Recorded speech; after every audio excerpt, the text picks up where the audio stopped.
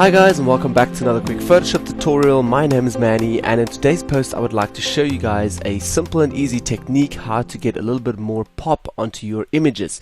As you guys can see at the moment, I do have an image of myself here and it looks quite flat, and over here on the right hand side as well we've got original layer here at the top, so I'm going to switch that off and that is our after. So in today's tutorial I'm going to show you guys quick and easy how to get your image from this to look like this. So today it's also going to be a little bit different. I'm not going to do the tutorial like I used to do with doing all the techniques. I will most probably just run you guys through my complete PSD file and talk a little bit about what I actually did and show you guys all the way through the PSD file to get from this to this. Okay, so let's get started. First of all, what I'm going to do just with my original layer here, I'm going to delete it and also just turn off my final layer, and we're going to open our first group, which we have down here, which is our original. Then we also have retouch and cropping, and we have tuning, and then our final layer. But let's start with our original down here. I'm going to switch that on, and that was my first shot straight out of the camera. So you can see over here the pink is quite flat. I'm also very saturated and everything lacks just a little bit of pop.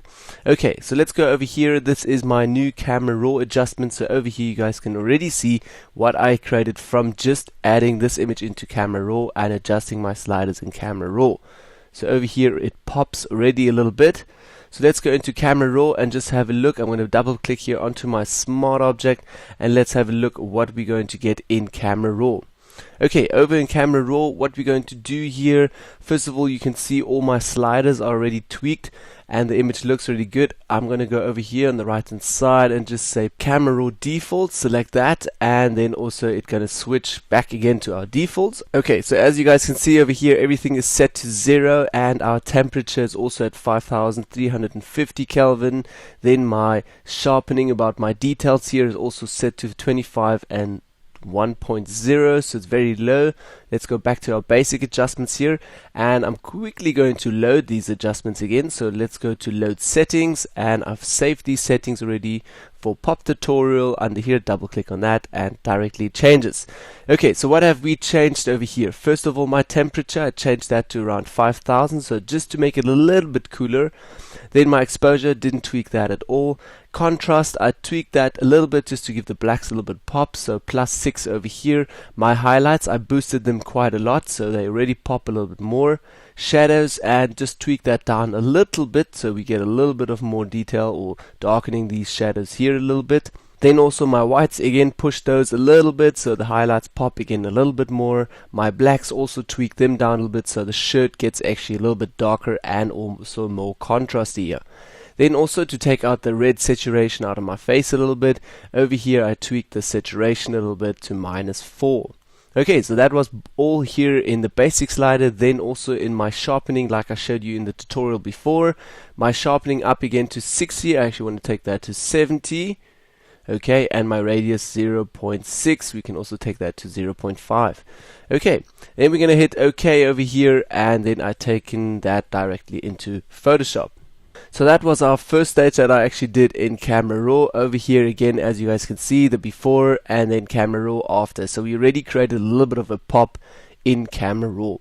Okay, so let's minimize the original folder here and let's go over. Then I created another new image here with I just duplicated my original layer here, my camera raw layer, and I rasterized that layer, which you can do via right click and just hit rasterize layer over there. Then I just cropped that layer with our crop tool and just placed it into a better position. Then I duplicated that layer again to say retouching. Over here, as you guys can see now, I just used the healing and cloning tool to retouch a little bit on my face, taking out those pimples and also all the scars or whatever, all the things that I have. Over here, as you guys can see, now it looks a bit cleaner. Then I duplicated that layer, I think again. Nope, I didn't duplicate that again. What I did after that was I created my first little layer here, increase the contrast. So first of all, just to give that again another pop, I just added a levels adjustment layer over here, and I tweaked, as you guys can see over here, my sliders just a little bit up to the midpoint to 0.92, and also here I boost my highlights quite a lot again. So as you guys can see what the difference does already, I just boosted the whole image a little bit so the whole image pops a little bit. Okay, then and obviously because of doing that, my whole saturation goes up again and everything gets very saturated. So I added another hue and saturation layer over here. Let's turn that on, and that is basically set also under your adjustments here, and I've just added a little bit of a red desaturation. So I went into the red channel over here, and then with my hue and saturation over here took my saturation to -4, so it's just tweaking the reds that are actually in the person or in myself here, so just to take that out and desaturate the whole body a little bit.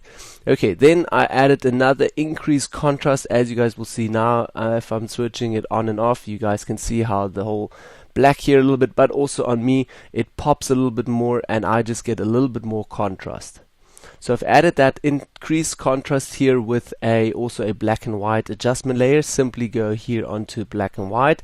I selected that, and then what I did is I went into my presets again under blue filter and also switched that layer to a normal soft light. So over here under your blending options, switch that to soft light. And then now the very important part, as you guys can see, the contrast is very, very intense. So what I did is take my opacity down to say 10%. Have a look, okay, that boosts the contrast already a little bit. And then I took it up, I think up to, yes, 18% opacity. Let's just delete this layer again. So as you guys can see, increase that with just the blue filter via the black and white adjustment layer. Okay, so that was my boosting up just the contrast a little bit, and then I went over to highlights and pop just to give my highlights a little pop again. I know they pop already a little bit, but if you increase that a little bit more, your image pops even more. So what I did here on my highlights and pop, another adjustment layer just with levels, as you guys can see, but I created a mask. So very simple. Let's turn that on and just have a look. So over here you guys can already see how stuff pops again. Just watch on the shirt and also the highlights and the face, a little bit on the arms, all of that pop again. So if I turn that on and off and on and off, you guys can already see the difference just in my face. That pops a little bit more again. So very simple to create that. Simply just go again to your adjustments, then over here your adjustment layers, and now we have adjustment levels layer over here. What I'm going to do now is just take my highlights here again and boost them a little bit, okay, until I'm happy. So over here my highlights completely boost over the whole image. What I'm going to do is press Command E to hide all of that again, and now take my brush over here with a very soft brush that I can do with Control Alt together, hold those together and then go up and down. You guys also won't see it now because our opacity is down, so let's set that to 100, and now over here my brush is super soft, okay, and also my opacity of my brush, I'll set that to around 20%, and then on that layer I would just paint in my highlights that I actually want. So over here painting that in a little bit and a little bit more, okay, and let's have a look what happens. Okay, and that boosts a little bit already, and you could also work most probably with a 50 opacity brush over here. Okay, so that was very simple. That was my technique how to create this pop layer over here. Let's just delete our new layer, and over here the pop layer again, as you guys can see, adds another little pop to your image. Okay, and then I just made a master shortcut, Command Alt Shift E, and I created a new layer which is my final layer, as you guys can see here at the top. Okay, so let's minimize stuff again. What I did after that, I just spaced everything into groups. First of all, created the original group just with my camera raw and original shot again. So we have everything spaced and more organized in your PSD file. Over here, then I minimize that, and then I took everything into retouch and crop. You don't need to create so many new layers. I just did for the tutorial now. Okay, then also space that into retouching and cropping over here, another group, and then my final group that I always do in mostly of my PSD files. I always create a tuning group where I just tune my image so I know everything is in here, just to give that a little extra wow. Okay, and then our last layer over here again with our master shortcut, and that was all. Okay, so that was my quick tutorial. Hope you guys learned something from it. My name is Manny. Thank you guys for watching, and see you all in my next tutorial. Bye bye.